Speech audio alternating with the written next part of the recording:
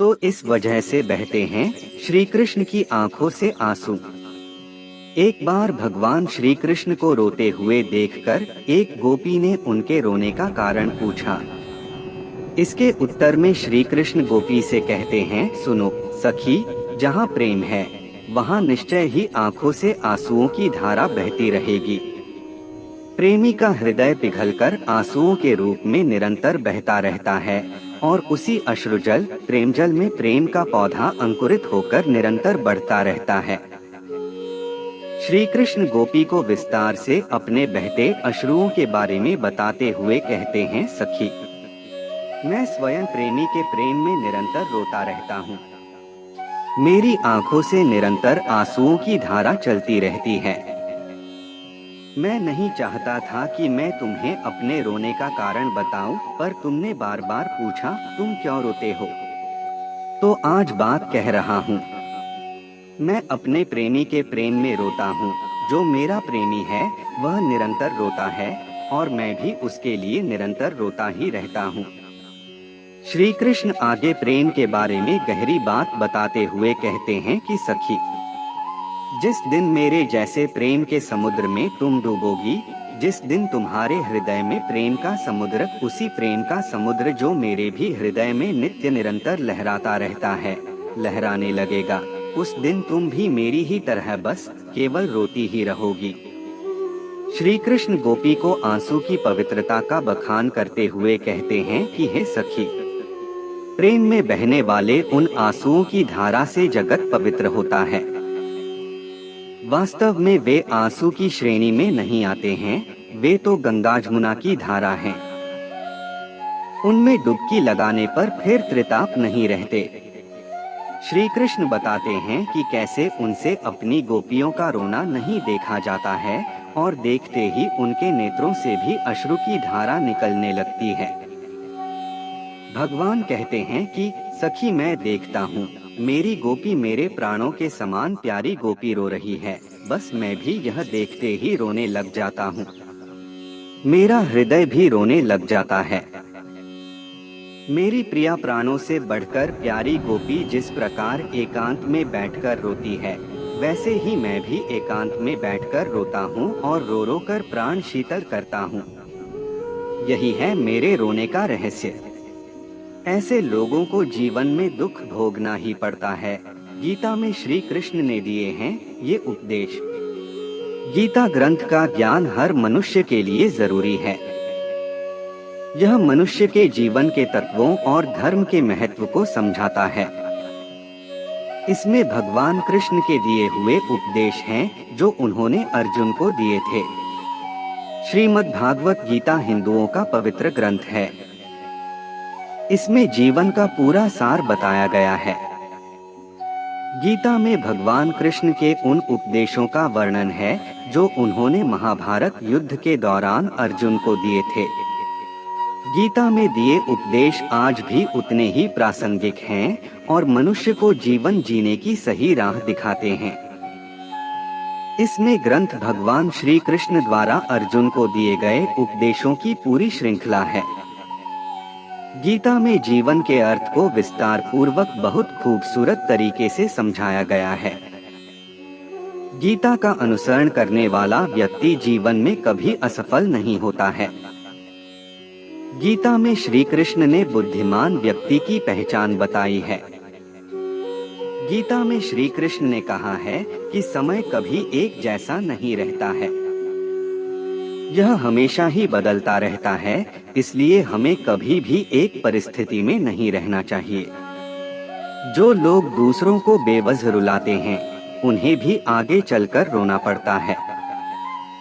जो लोग दूसरों को दुख देते हैं, उन्हें भी अपने जीवन में आगे चलकर दुख भोगना पड़ता है।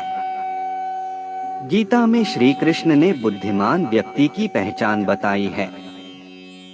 गीता के अनुसार सबसे समझदार और स्थिर बुद्धि वाला व्यक्ति वही होता है जो सफलता मिलने पर अहंकार में नहीं करता है और विफलता मिलने पर गम में नहीं डूब जाता। श्री कृष्ण कहते हैं कि केवल डरपोक और कमजोर लोग ही चीजों को भाग्य पर छोड़ते हैं।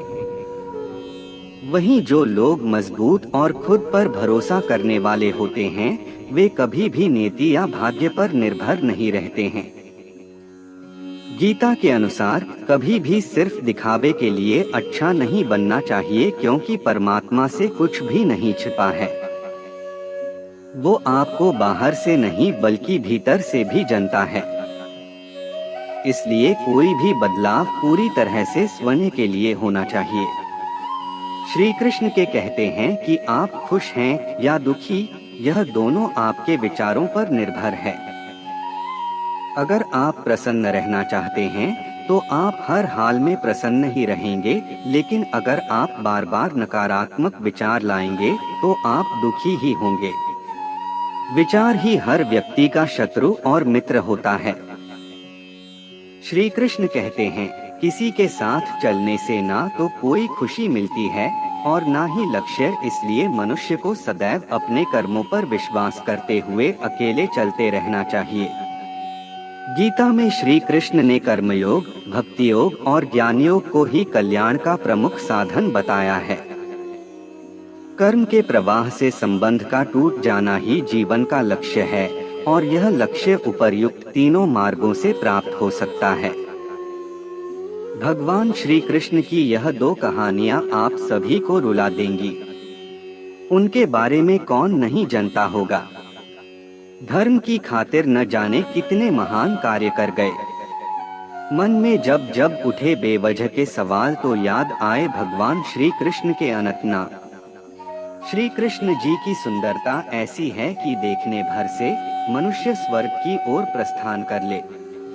कृष्ण बिन राधा कहा और राधा बिन श्री कृष्ण कहा, यह तो हम सभी सुनते आ रहे हैं। लेकिन हम भक्त भी अपने श्री कृष्ण से अति प्रेम करते हैं और भगवान श्री कृष्ण भी भक्तों पर अपनी कृपा बनाए रखते हैं। हम आखिर में कितनी भी बातें करें वो सब कम पड़ जाएगी। इसलिए इन बातों से हटकर मैं आज आप सभी को भगवान श्री कृष्ण बटा लॉर्ड श्री कृष्णा की दो ऐसी कहानी बताएंगे जिससे सुनने के बाद मन के भाव आँखों से नजर आ जाएंगे। भगवान कृष्ण जी की एक सच्ची कहानी। यह कहानी है आज से कई साल पहले की, जब भारत देश में राजाओं का शासन काल हुआ करता है। भारत देश में एक ऐसी जगह थी, राजस्थान। राजस्थान के जयपुर जिले में उस समय गोविंद देवी जी मंदिर नामक एक मंदिर था, जहां पर भगवान श्री कृष्ण का एक चमत्कार देखने को मिलता था। इस मंदिर का पुजारी रात को मंदिर का पंखा बंद करने से पहले भगवान श्री कृष्ण के लिए 4 लड्डू रखा करते थे, जिससे भगवान कृष्ण को अगर भूख लगे तो वह उन लड्डुओं को खा ले और वह लड्डू हमेशा सुबह खाए हुए मिलते थे। लेकिन एक रात की बात है, जब पुजारी रात को भगवान श्री कृष्ण के लिए लड्डू रखना भूल गया और बिना लड्डू रखे पग बंद करके अपने घर की ओर चले गए। रात में जब कृष्ण जी को भूख लगी तो उन्होंने एक बड़ी बड़ी आंखें और घुंघराले बाल वाले छोटे से बालक का रूप लिया और एक हलवाई वाले की दुकान पर जा पहुँचे। उन्होंने हलवाई वाले से कहा, बाबा मुझे भूख लगी है, मुझे खाने के लिए लड्डू दे दो। इस पर हलवाई वाले ने कृष्ण रूपी बालक से कहा कि क्या तुम पैसे लाए हो, क्योंकि मैं तो लड्डू बिना पैसे के देता ही नहीं हूँ। ऐसे में कृष्ण रूपी बालक ने कहा कि बाबा मेरे पास पैसे तो नहीं हैं, लेकिन यह सोने का कड़ा है जो मैं आपको दे सकता हूँ। हलवाई वाले के मन में लालच का भाव पैदा होने लगा। उसने उस बच्चे से वह कड़ा ले लिया और उसके बदले में उस कृष्णा रूपी बालक को 4 लड्डू दे दिए। अगले दिन जब पुजारी वापस मंदिर गया और उसने देखा कि वह रात को कृष्ण जी को लड्डू देना भूल गया। पुजारी वहीं बैठकर श्री कृष्ण जी से माफी मांगने लगा। तो उस पुजारी ने देखा कि श्री कृष्ण जी के एक हाथ में कड़ा गायब दिखा। इस बात की खबर उस पुजारी ने राजा तक पहुंचाई। तब राजा ने चोर को ढूंढने के लिए अपने सिपाही भेजे। तब हलवाई वाले को मालूम पड़ा कि यह खड़ा तो वही कड़ा है जो पिछली रात एक बालक उसे दे गया था। इस बात से वह काफी डर गया और महाराज के पास पहुंचा और महाराज को सारी बात बताते हुए कहा कि महाराज, मैंने यह खड़ा मंदिर से नहीं चुराया है। पिछली देर रात एक बालक मेरी दुकान पर आया जिसने लड्डू के बदले मुझे यह कड़ा दिया था। तब महाराज और पुजारी दोनों ही समझ गए कि वह बालक और कोई नहीं स्वयं भगवान श्री कृष्ण थे। अब चलते हैं श्री कृष्ण जी की अगली कहानी की ओर। एक बार एक नगर में एक राजा ने भगवान श्री कृष्ण का बहुत सुंदर मंदिर बनवाया, लेकिन वह राजा उस मंदिर में पूजा नहीं करा करता था। इसलिए राजा ने मंदिर के लिए पुजारी को रखा। वह पुजारी को प्रतिदिन एक फूलों की माला भेजा करता था और जब वह मंदिर में आता तो भगवान श्री कृष्णा की चढ़ी हुई माला राजा को पहना देता। लेकिन एक दिन पुजारी को किसी ने झूठी खबर दी कि आज मंदिर में राजा नहीं आ रहे हैं। इस वजह से वह माला स्वयं पुजारी ने पहन ली। तभी पुजारी को मालूम पड़ा कि राजा मंदिर में आ रहे हैं। पुजारी ने झट से माला को श्री कृष्ण को पहना दी। राजा के आते ही पुजारी ने वह माला श्री कृष्ण के पास से राजा को पहना दी। राजा ने माला में लगे सफेद बाल को देखा। राजा को मालूम पड़ गया कि यह माला पुजारी ने पहनी थी। पुजारी ने घबराते हुए राजा को कहा कि यह बाल तो स्वयं भगवान कृष्ण जी की मूर्ति के हैं। यह सुनकर राजा ने कहा कि मैं कल खुद आकर जांच करूंगा और अगर तुम झूठ बोल रहे होंगे तो मैं तुम्हें फांसी के फंदे पर चढ़ा दूंगा। राजा के जाने के बाद पुजारी रोता हुआ श्री कृष्ण जी के शरण में पहुंचा और रोते हुए कहने लगा कि मैंने पाप किया है, कृपया मुझे क्षमा करे और मेरे जान की रक्षा करे प्रभु। जब सुबह राजा मंदिर पहुंचा तो देखा कि भगवान श्री कृष्ण जी के तो बाल है और वे सारे सफेद हैं। राजा को पुजारी पर शक हुआ तो उसने श्री कृष्ण जी की मूर्ति से एक बाल को तोड़कर देखा। जैसे ही श्री कृष्ण जी का बाल टूटा तो उसमें से खून की एक धारा बहने लगी। राजा यह सब देखकर बहुत डर गया और वही भगवान श्री कृष्ण की शरण में लेटकर माफी मांगने लगा और रो रो कर भगवान श्री कृष्ण से एक ही बात कहने लगा, मुझे माफ कर दीजिए प्रभु, मैंने आपके चमत्कार और आपके भक्त पर शक किया। हर वक्त रोने का करता है, मन तो करे ये का। कभी कभी हम सबको खूब रोने का मन करता है। हम रोते भी हैं, लेकिन कई बार ऐसा भी होता है जब हम रोना बंद नहीं कर पाते हैं। अगर आप कोई क्विक सल्यूशन चाहते हैं तो ये काम करके देखें। बिना बात के रोना परेशान करने वाला, असहज करने वाला, शर्मनाक और थका देने वाला हो सकता है। यह समझना कि रोने का कारण क्या है और इसे नियंत्रित करना सीखना अक्सर एक बड़ी राहत होती है। कभी कभी हम लोग बिना किसी वजह के रो देते हैं। रोना गलत बात नहीं है और न ही ऐसी कोई गाइडलाइंस बताई गई है कि इंसान को कितना रोना चाहिए। 1980 में एक अध्ययन किया गया था और उसमें यह पाया गया था कि महिलाएं प्रति माह औसतन 5.3 बार रोती हैं और पुरुष प्रति माह औसतन 1.3 बार रोते हैं। कुछ लोग बहुत अधिक रो देते हैं और कभी कभी हमारे लिए चुप होना मुश्किल हो जाता है। यह स्थिति यह डिप्रेशन या किसी अन्य मूड डिसऑर्डर का संकेत हो सकता है और ऐसे में आपको डॉक्टर से संपर्क जरूर करना चाहिए। आंसुओं को रोकने के लिए कुछ शुरुआती और आसान तरीके आपके काम आ सकते हैं। उन तरीकों को हम इस आर्टिकल में आपके साथ साझा करेंगे। 1. स्थिति से दूर जाएं। 2. खुद को पिंच करें। इसका मकसद खुद को चोट पहुंचाना नहीं है, बल्कि अपने सेंसेस में आना है। जब आप रोते हैं तो आपको यह अंदाजा नहीं होता कि आप खुद को और विचलित कर रहे हैं। ऐसे में अपनी अंगूठे और तर्जनी के बीच के क्षेत्र को पिंच करें। यह एक तरह से चेतावनी का काम करता है कि अब आपको खुद को चोट नहीं पहुंचानी है। 3. फिजेट से खेलें। यदि आप अपने हाथों को कुछ करने के लिए देते हैं, तो इससे आपको रोने की इच्छा को नियंत्रित करने में मदद मिल सकती है। एक छोटी वस्तु या फिर फिजेट को हाथों में रखकर उसके साथ थोड़ी देर के लिए खेलें। इससे आपकी भावनाओं पर आप काबू पाएंगे और रोना भी रुकेगा। 4. कुछ सकारात्मक या मजेदार सोचें। 5. नकारात्मक विचारों को सकारात्मक विचारों से बदलने की कोशिश करें या इसके बजाय कुछ फनी बातों पर ध्यान लगाएं। इसके लिए आप टीवी चलाकर कुछ फनी देख सकते हैं या कार्टून आदि के प्रोग्राम भी देख सकते हैं। 5. गहरी सांस लें।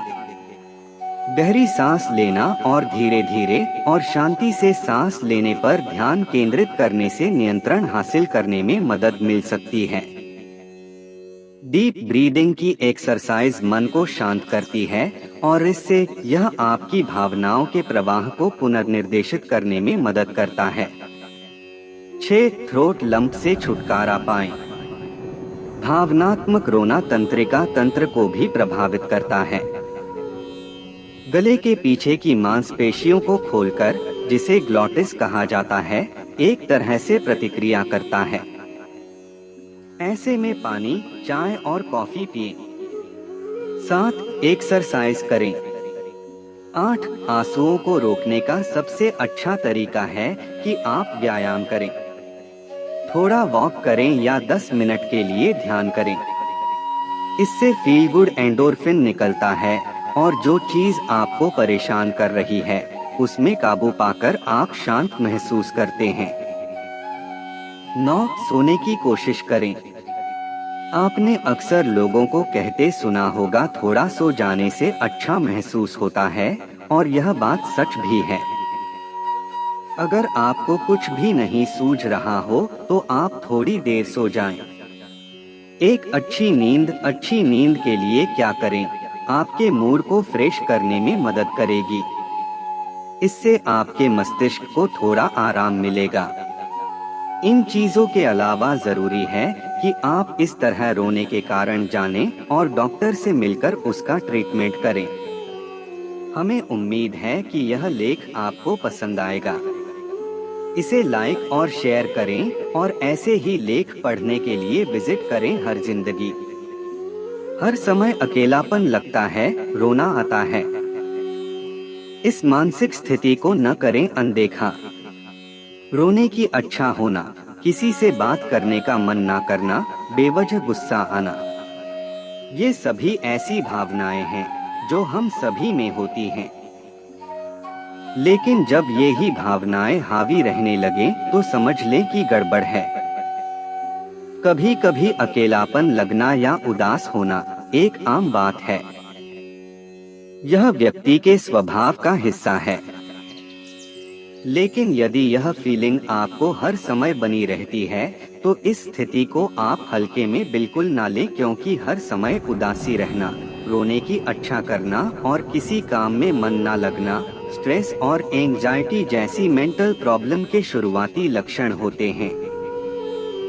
मूड लो होना, गुस्सा आना और उदासी होना, ये ऐसी मानसिक स्थितियां हैं जो लाइफ में कुछ गलत होने या काम का अधिक दबाव होने के कारण होती हैं।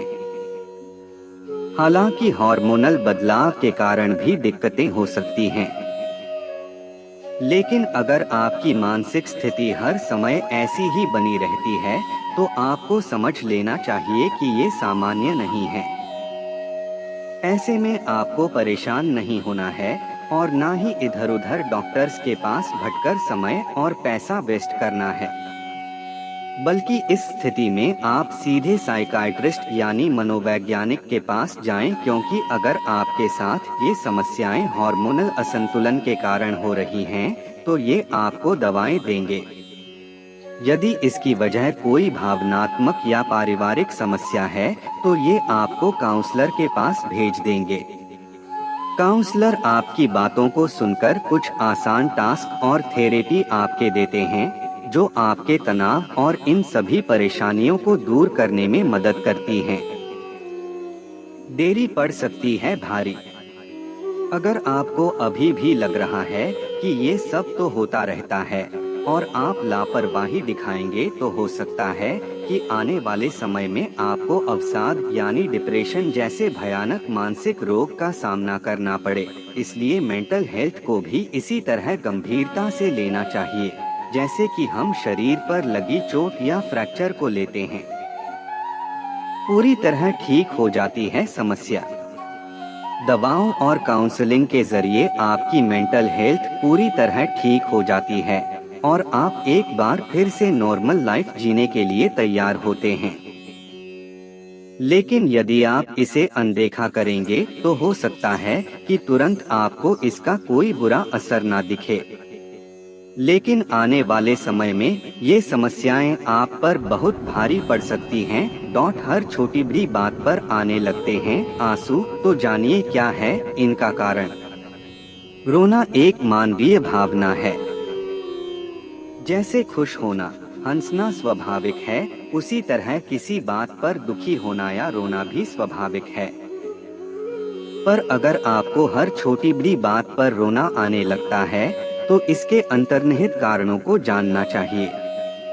छोटी छोटी बातें अगर आपकी आंखों में भी आंसुओं के बहने का कारण बनने लगती हैं, तो जरा सतर्क हो जाएं। तेज आवाज, नकारात्मक विचार और खुद को कमतर आंकना रोने का कारण बन जाता है। ऐसे में व्यक्ति खुद को कमजोर और असहाय महसूस करने लगते हैं।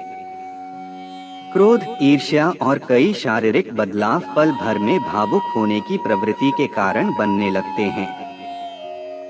हालांकि आंसू आंखों को रिफ्रेश करने में मदद करते हैं, मगर साथ ही इससे व्यक्ति दूसरों के समक्ष खुद को कमजोर महसूस करने लगता है।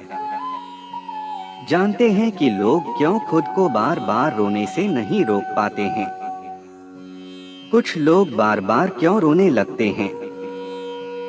इस बारे में मनोवैज्ञानिक डॉ. ज्योति कपूर बताती हैं कि कई बार कुछ सवालों के जवाब न दे पाना और खुद को अन्य लोगों की तुलना में कम आंकना चिंता या तनाव का कारण बनता है। इससे वे खुद को कमजोर महसूस करने लगते हैं। अन्य लोगों का रूड नेचर हाईली सेंसिटिव लोगों को इमोशनली कमजोर बना देता है, जो उनके रोने का कारण बन जाता है। इसका असर उनके मनमस्तिष्क पर पड़ने लगता है, जो उनके अंदर तनाव की समस्या को बढ़ावा देता है और आंसुओं का कारण भी बन जाता है। जर्नल ब्रेन एंड बिहेवियर में प्रकाशित 2014 के एक रिसर्च में पाया गया कि अत्यधिक संवेदनशील लोगों में कुछ क्षेत्रों में अधिक मस्तिष्क गतिविधि थी, क्योंकि वे अपने प्रियजनों की तस्वीरों को देखते थे। शोधकर्ताओं ने प्रतिभागियों के दिमाग को स्कैन करने के लिए फंक्शनल मैग्नेटिक रेजोनेंस इमेजिंग यानी fMRI का इस्तेमाल किया। उसमें पाया गया कि ऐसे लोग अपने साथी और अजनबियों की तस्वीरों को खुश या उदास होकर देखते हैं। इससे सहानुभूति और अवेयरनेस दोनों ही बढ़ने लगते हैं। जाने किसी व्यक्ति के जल्द रोने का कारण बनते हैं। एक, डिप्रेशन बनता है कारण। अगर आप डिप्रेशन में हैं, तो बार बार रोना बेहद सामान्य है। दरअसल अवसाद एक ऐसा मेंटल हेल्थ डिसऑर्डर है जिसमें व्यक्ति में उदासी की लगातार भावनाएं बढ़ने लगती है। वो विचार लंबे वक्त तक व्यक्ति के जहन में कैद रहते हैं। डिप्रेशन से जूझ रहे लोग हर पल होपलेस, परेशान, चीजों को समझने में दिक्कत और लो एनर्जी का सामना करते हैं। 2, पास्ट को न भुला पाना। वे लोग जो सालों बाद भी अपने पास्ट में ही जीते हैं और उन्हीं बातों को याद करके परेशान होते रहते हैं। वे अन्य लोगों से ज्यादा जल्दी रोने लगते हैं। ऐसे लोग वर्तमान को निरर्थक मानकर पुरानी यादों और बातों में ही अपना अधिकतर समय बिताते हैं। ये प्रक्रिया धीरे धीरे उनके माइंड को प्रभावित करने लगती है, जो उन्हें इमोशनली कमजोर बना देती है। 3. अत्यधिक सहानुभूति का होना। सहानुभूति पूर्ण व्यक्ति अक्सर अपने आस-पास के लोगों की भावनाओं को देखकर खुद भी भावुक हो उठते हैं। इस बढ़ी हुई सहानुभूति के परिणामस्वरूप भावनाओं का एक झरना बहने लगता है, जो आंसू के रूप में प्रकट होता है। ऐसे लोग जब दूसरों के संघर्ष या पीड़ा को सुनते हैं, तो खुद को रोक नहीं पाते हैं। 4. हार्मोनल बदलाव। हार्मोनल उतार चढ़ाव जैसे बायोलॉजिकल फैक्टर्स बार बार रोने की आदत का मुख्य कारण साबित होता है। हार्मोनल बदलाव के चलते महिलाओं को खास तौर से मासिक धर्म चक्र, गर्भावस्था या मेनोपॉज जैसे कुछ खास चरणों के दौरान बार बार रोने की समस्या से होकर गुजरना पड़ता है। किन बातों का रखें ख्याल। 1. दूसरों की बातों को गंभीरता से न लें। कई बार सामने वाला व्यक्ति हमसे उस भावना में बात नहीं करता जिसमें हम उसे समझ लेते हैं, और फिर कई दिनों तक चिंतन मनन करते हैं। इससे आपके दिलों दिमाग पर उसका गहरा असर होने लगता है। ऐसे में अगर कोई दुविधा या समस्या है, तो बातचीत से सुलझाएं और दूसरे लोगों की बातों को ज्यादा तवज्जो देने से भी बचें। छोटी छोटी बातों पर रोना डिप्रेशन का हो सकता है। संकेत, यहाँ जाने चौंकाने वाली बातें। डिप्रेशन एक गंभीर समस्या है, जिसके लक्षणों को पहचानकर सही समय पर इलाज करवाना चाहिए। इसमें लापरवाही बरतने पर इंसान सुसाइड जैसे खतरनाक कदम भी उठा सकता है। कुछ लोगों को छोटी छोटी बातों पर रोने और जल्दी परेशान होने की आदत होती है। इसके कुछ कारण हो सकते हैं।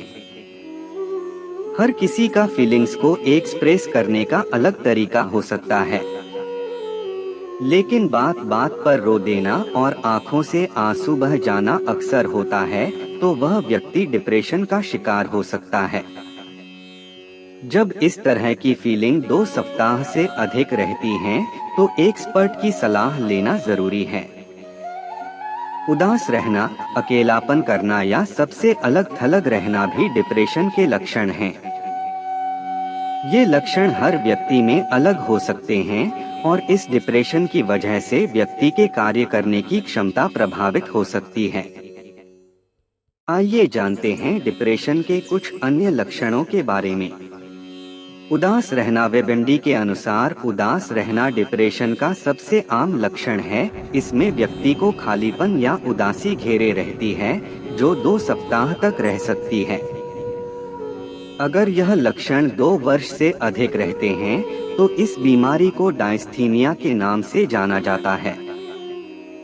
यह उदासी क्रॉनिक डिप्रेशन का एक लक्षण है। खुद को बेकार महसूस करना। खुद को बेकार फील करना एक तरह का डिप्रेशन है। इसमें खुद को बेकार समझना, अपने में कमी निकालना, दूसरों के आगे खुद को कम महसूस करना जैसी भावनाएं जन्म लेने लगती हैं। यहाँ तक वो दूसरों से बात करने से भी बचने लगते हैं। चिड़चिड़ापन महसूस करना। डिप्रेशन में व्यक्ति इतनी निराशा महसूस करते हैं कि उनके दिल और दिमाग में चिड़चिड़ाहट, गुस्सा, फ्रस्ट्रेशन पनपने लगती है। इस तरह के डिप्रेशन में व्यक्ति काफी अग्रेसिव हो सकता है। थकान महसूस करना। डिप्रेशन का शिकार व्यक्ति थकान महसूस कर सकता है। व्यक्ति को छोटे छोटे काम जैसे कि नहाना या बेड से उठना भी मुश्किल लग सकता है। इस डिप्रेशन में बाहर जाना, लोगों से मिलना फायदेमंद हो सकता है। सुसाइड का ख्याल। इस तरह के डिप्रेशन में व्यक्ति हर समय खुद की लाइफ खत्म करने की सोच सकता है। इस तरह के लक्षण बड़ी उम्र के लोगों में अधिक हो सकते हैं। उसकी एक वजह अपने करीबी से अलग होना भी हो सकता है। शरीर में दर्द, कुछ फिजिकल सिम्टम्स जैसे बॉडी पेन, सिर दर्द, बदन दर्द, डाइजेस्टिव प्रॉब्लम डिप्रेशन का एक हिस्सा है। यदि बच्चे में इस तरह का कोई डिप्रेशन का लक्षण हो तो बच्चा दर्द की चिंता से या दर्द के कारण स्कूल जाने के लिए मना कर सकता है। डिप्रेशन के लक्षणों को पहचानकर उस तरह के डिप्रेशन का इलाज कराना और उस स्थिति से बाहर निकलना जरूरी है। बार बार रोने से अलग इन लक्षणों के होने पर भी डॉक्टर की सलाह लेना जरूरी है। भावनाएं सब में होती हैं और अगर आप किसी कारण से रो रहे हैं तो लोग समझ लेंगे कि आप क्यों रो रहे हैं।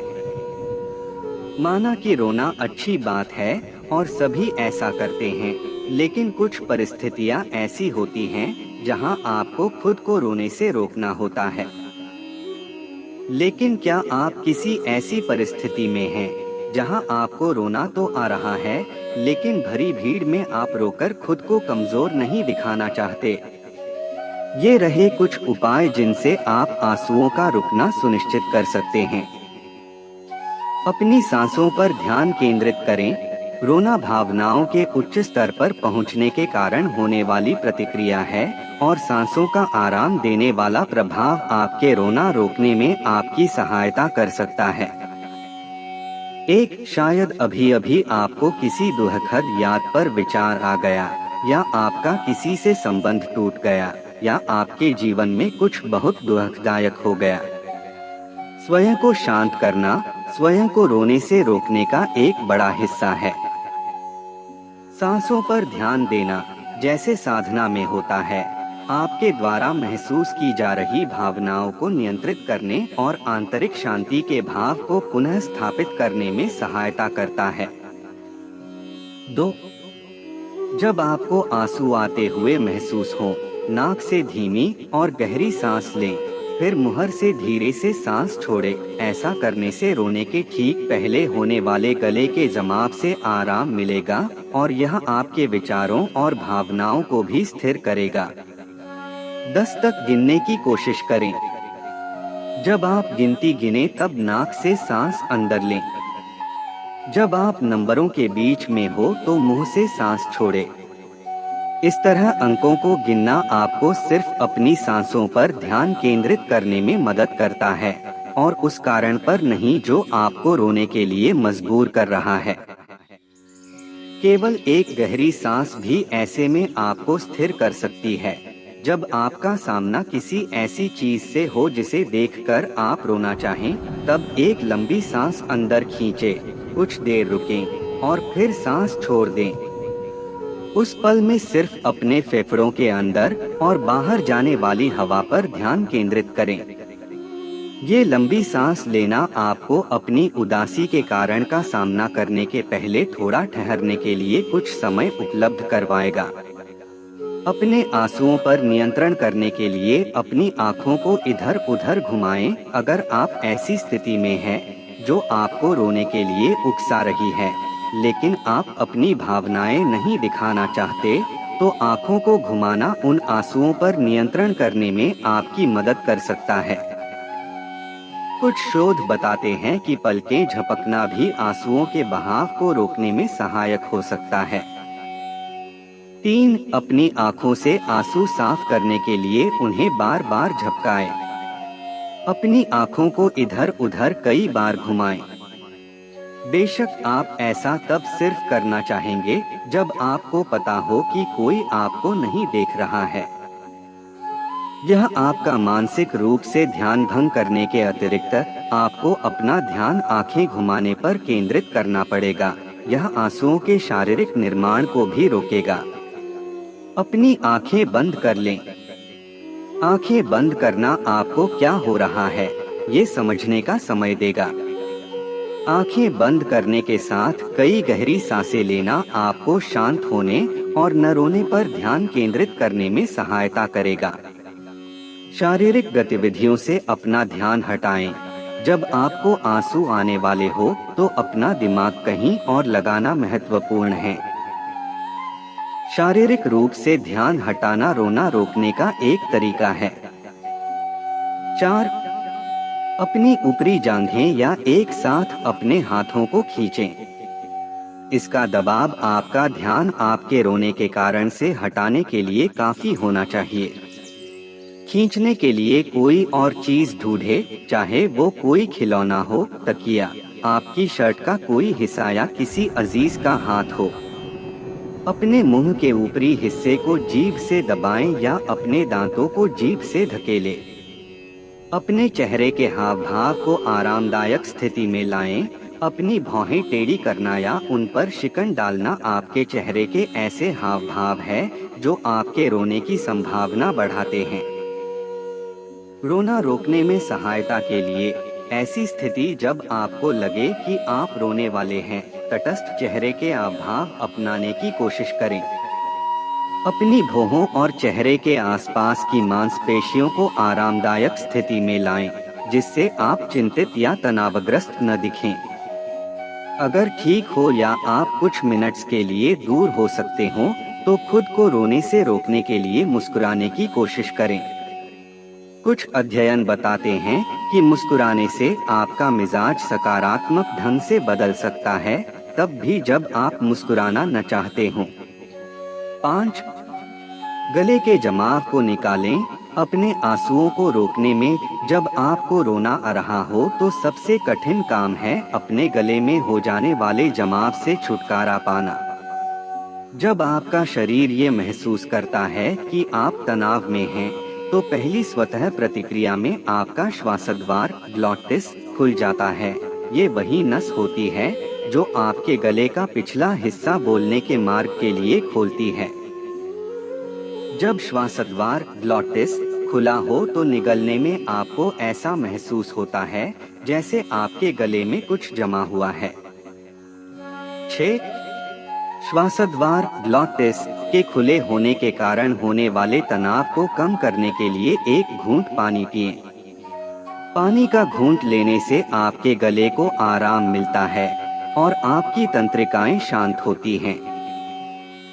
अगर आपके पास पानी न हो तो शांति से सांस लें और धीरे धीरे कई बार निगलें। सांस लेने से आप आराम महसूस करेंगे और निगलने से आपका शरीर समझ पाएगा कि अब श्वासद्वार ग्लॉटिस खुला रहने की जरूरत नहीं है। उबासी लें।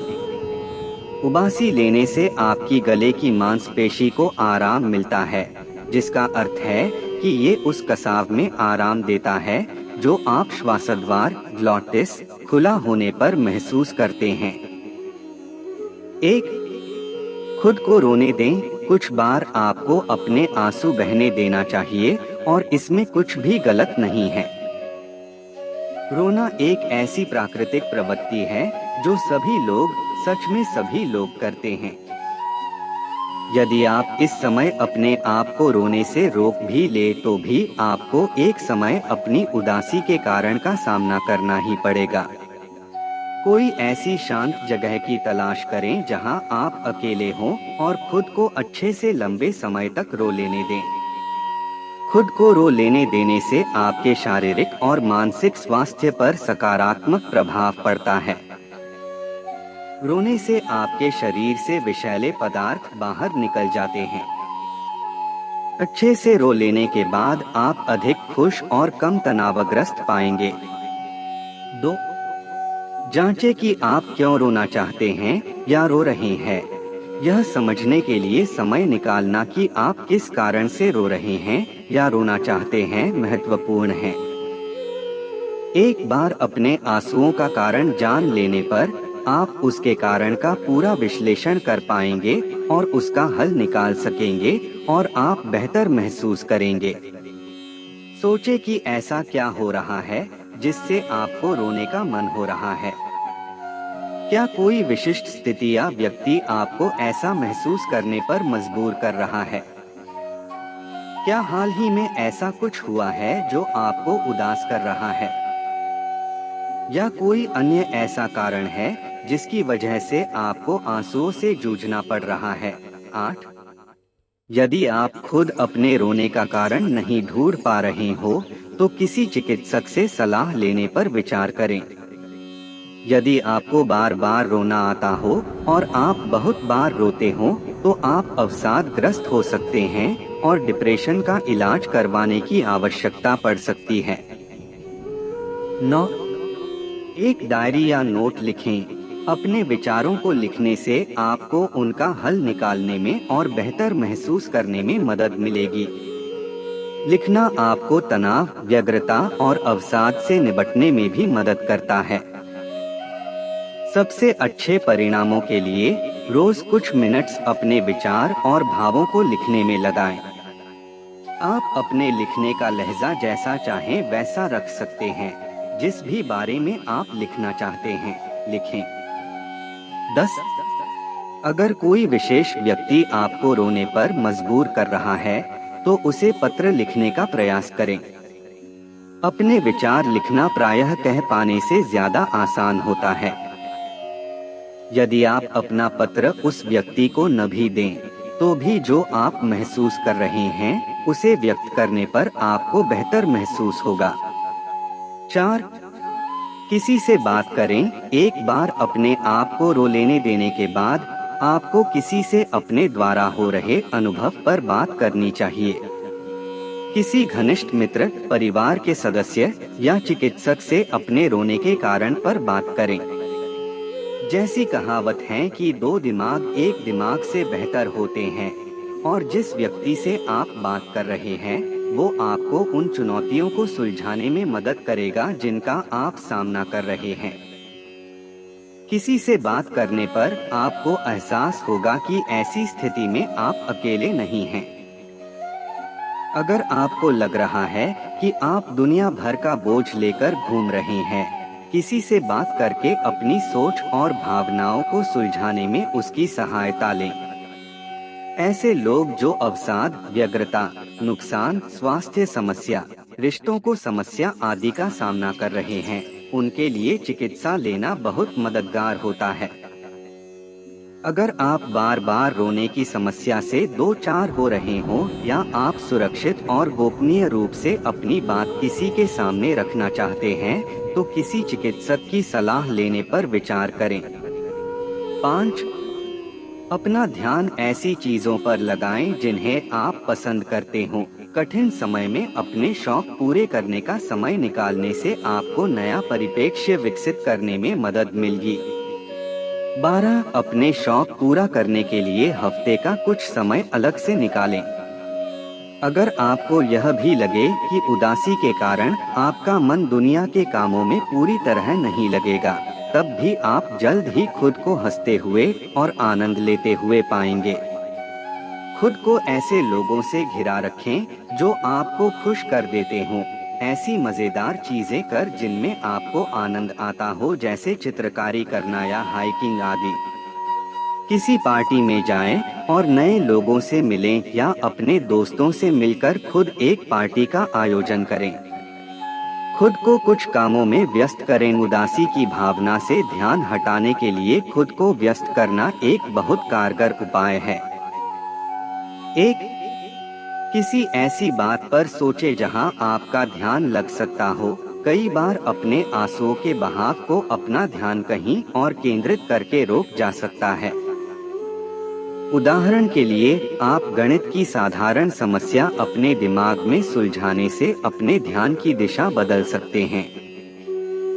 छोटे छोटे अंकों को जोड़े या समय सारिणी पर ध्यान लगाने से आपको अपनी उदासी के कारण से ध्यान हटाने में मदद मिलेगी और आप शांत हो पाएंगे। 13. विकल्प में आप अपने पसंदीदा गाने के शब्दों पर सोच सकते हैं।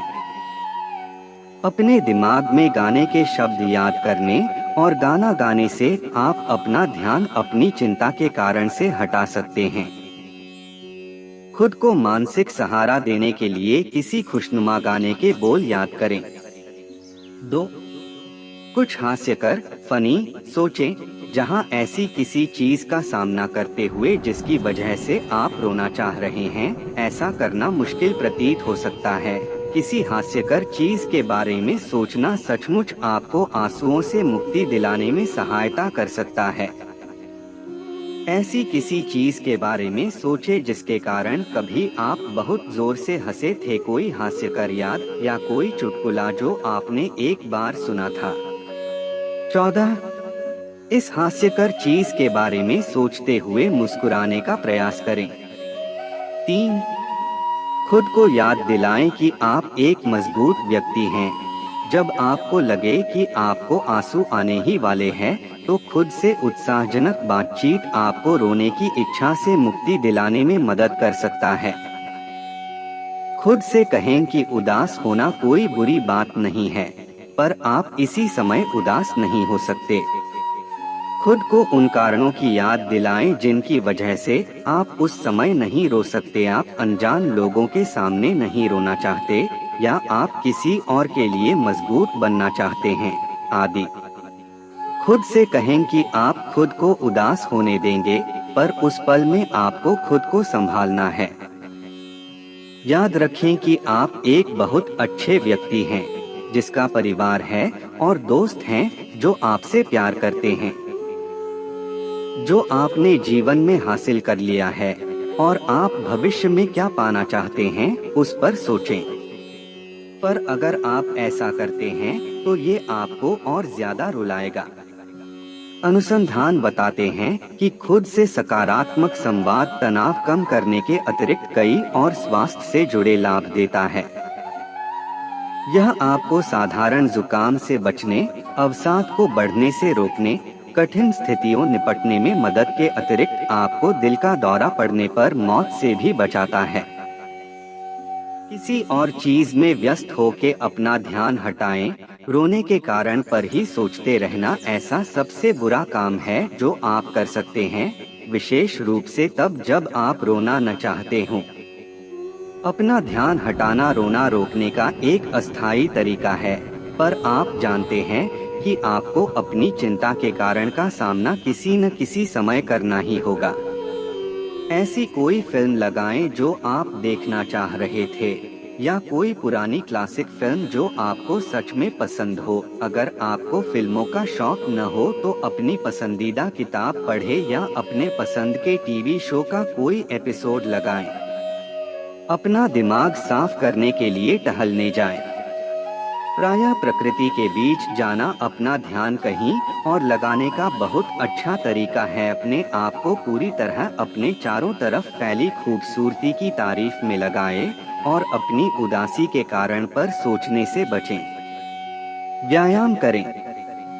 व्यायाम से आपके शरीर में एंडोर्फिन नामक तत्व उत्सर्जित होता है और आपको उदासी के दौरान बेहतर महसूस होता है। आप कैसा महसूस कर रहे हैं उस पर सोचने के बजाय व्यायाम आपको जो आप कर रहे हैं उस पर ध्यान देने के लिए बाध्य करता है। किसी और चीज पर अपने आंसुओं के लिए इल्जाम लगाएं। जहां आपके आसपास ले लोग आपके सफेद झूठ को समझ लेंगे, फिर भी ऐसा करने से आपको शांत होने में मदद मिलेगी। कहें कि आपको बहुत बुरी एलर्जी है। अपनी आँखों में आंसू आने के लिए यह एक अच्छा बहाना है। एलर्जी से अपनी आँखों में पानी आता है और वे लाल हो जाती हैं। उबासी ले और फिर ऐसा कुछ कहें कि उबासी से हमेशा आँखों में पानी आ जाता है। कहिए कि आपको लगता है कि आप बीमार हो रहे हैं। प्रायः जब लोग बीमार होते हैं तो उनकी आंखें नाम रहती हैं। यह कहना कि आप बीमार महसूस कर रहे हैं आपको जिस स्थिति में आप हैं उससे बचने का एक अच्छा बहाना उपलब्ध करवाता है। सावधानी से अपने आंसुओं को सुखाएं। यदि आप अपने आंसू नहीं रोक पा रहे तो उन्हें सावधानी से पोंछ लेना अगला वो कदम है जो आपको रोने से बचा सकता है। ऐसा दिखाएं कि आप अपनी आंखों से कुछ निकलने की कोशिश कर रहे हैं, फिर अपनी आंखों के निचले हिस्से और कोने के आंसू पोंछ लें। अपनी तर्जनी से आंखों को हल्का सा दबाने से भी आंसू रोकने में सहायता मिलती है। ऐसा दिखाएं जैसे आपको छींक आ रही हो और अपनी कोहनी से अपने चेहरे को ढक लें। इससे आप अपने हाथ से आंसू पोंछ पाएंगे। अपने आप को उस स्थिति से बाहर कर लें। अगर आप ऐसी नकारात्मक स्थिति में खुद को पाएं जिसमें आपको रोना आए, तो ऐसी स्थिति से खुद को बाहर निकालें। इसका मतलब कमरे से बाहर निकल जाना हो, ऐसा जरूरी नहीं है। अगर कोई चीज आपको दुखी कर रही है, तो कुछ समय के लिए कमरा छोड़ने का कोई बहाना बनाएं। अपने रोने के कारण के प्रति एक कदम पीछे हटना आपको बेहतर महसूस करने और आंसुओं को रोकने में मददगार होगा। 17 एक कदम पीछे हटके आप खुद को समस्या से शारीरिक और मानसिक रूप से दूर करेंगे।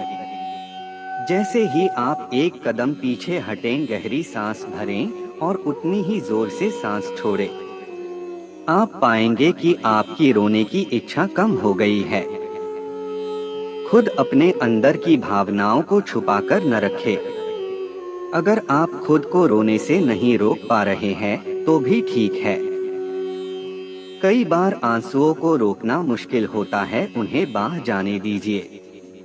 किसी दोस्त या परिवार के सदस्य के गले मिलना बहुत आराम पहुंचाता है।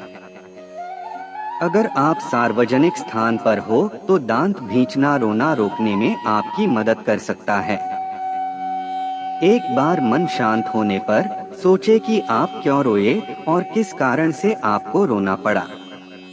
वास्तव में उस व्यक्ति से जिसके कारण आप उदास हुए हैं, शांत भाव से अपने उदास होने के कारण पर बात करें।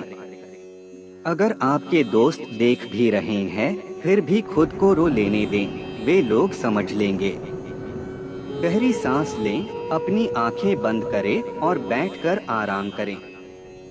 अपने बचपन की कोई खुशनुमा और सुकून देने वाली बात याद करें। ऐसे तरीकों के बारे में पढ़ें या किसी से बात करें जिनसे आप अपनी भावनाओं को नियंत्रण कर सकें, और उन तरीकों को अपनाएं। अपनी पसंद के किसी शांत स्थान पर जाएं और अपने विचार स्थिर करने के लिए कुछ समय अकेले बिताएं। संभवतः ऐसे किसी घनिष्ठ मित्र को बुला लें जो आपकी मदद कर सके या आपको आराम पहुंचा सके। सीधे बैठने या खड़े होने से आप मजबूती और आत्मविश्वास महसूस कर पाएंगे, जिससे आपको आंसुओं को रोकने में मदद मिलेगी। प्रार्थना करें। अपने आंसुओं को पी जाएं, या उन दोस्तों के सामने उन्हें बह जाने दें जो आपकी उदासी को देख रहे हों। वे समझ लेंगे। खुद को याद दिलाएं कि हर चीज किसी कारण से होती है और इससे आपके भविष्य पर प्रभाव पड़ेगा। चॉकलेट या अन्य कोई चीज खाएं, बहुत ज्यादा नहीं, 2-4 बाइट्स चॉकलेट ही काफी है। अपने सबसे अच्छे दोस्त या माता पिता से बात करें और उन्हें सब कुछ बता दें। वे निश्चित रूप से आपको खुश कर देंगे।